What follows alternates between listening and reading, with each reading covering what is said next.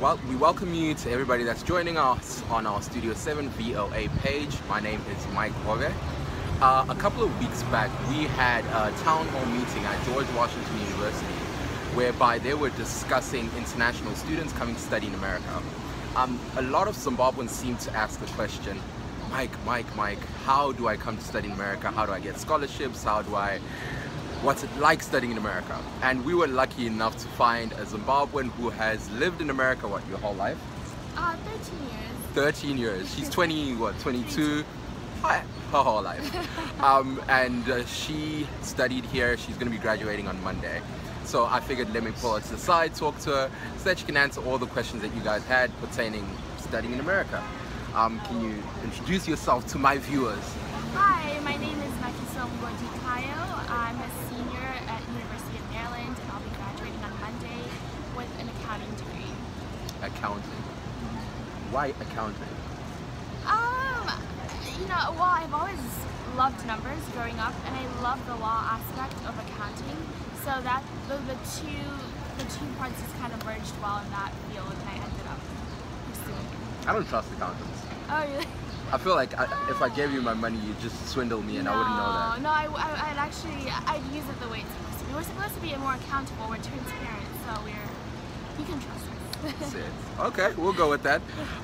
So now, one of the big questions that a lot of Zimbabweans were asking, we spoke about in our Shana edition, is scholarships and coming to study in America. Let's start off by talking about the experience studying in America. What is it like studying in America? Studying in America, it's, again, as I mentioned in the Shona version, it's much more different than Zimbabwe. In Zimbabwe, you have teachers, you have a community who genuinely cares about you. They're making sure that you're doing well, whereas in America, it's more like you're on your own. I mean, your family's there, your friends are there, but you definitely have to be more accountable for yourself, more accountable for your work and your education than you are, I think, than it is in Zimbabwe, where you have a lot more support.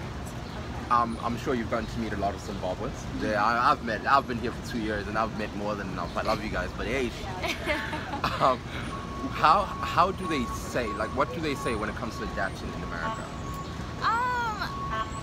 Adapting to America, it's very difficult. I think that's the biggest part, and that's the hardest part. Once you've adapted, I think you're always adapting and changing, but I think coming here from Zimbabwe, it's a reality check because the culture is different, especially in school. Like I said before, the teachers aren't as supportive here, but it's just genuinely hard. It's hard to get started on what you want to do, follow your dreams. It's hard because there's a lot of pessimism.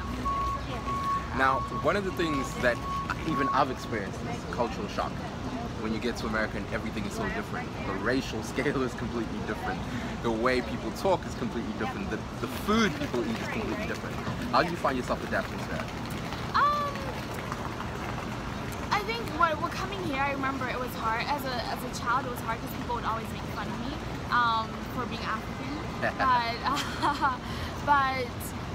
And I realized that people are they say what they want at the moment, and that was very hard. The bluntness that people had here, that was initially very hard. So adapting to that, I mean, just as any change, it's hard. You're not going to like it, it's not going to feel good, but you do it because that's what you need to do to survive. So the culture, adapting to culture was very different. Food, not necessarily, because we can still eat some food here. Like there's stores where we can find food that is similar to Zimbabwean food. And I think in Zimbabwe we also have a good variety of American food, so that wasn't that difficult. I think it was just the culture that was the hardest. Is leaving Zimbabwe where you know you have a lot of support and people will care for you no matter what, and coming to America where it's like your family and your friends are your only Mano a mano. Sorry? Mano a mano. Mano a mano, yeah. To each his own. Now, one of the things that they spoke about at George Washington University, was finding the right fit as to what college you fit in, what you're trying to study, etc., etc. How did you find yourself picking the University of Maryland to study accounting at?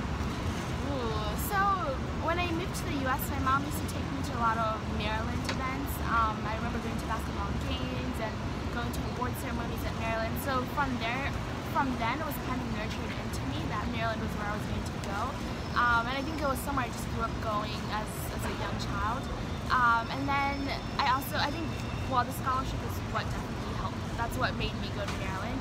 But I think I've just always kind of felt welcome there. I grew up going there, and they had a great business school program, so it just felt very natural and it was close to home, so I could come home once in a while, which was very nice. When it comes to picking which college to go study at, what's more important? Is it the actual institutions that they have, or is it the culture at the university?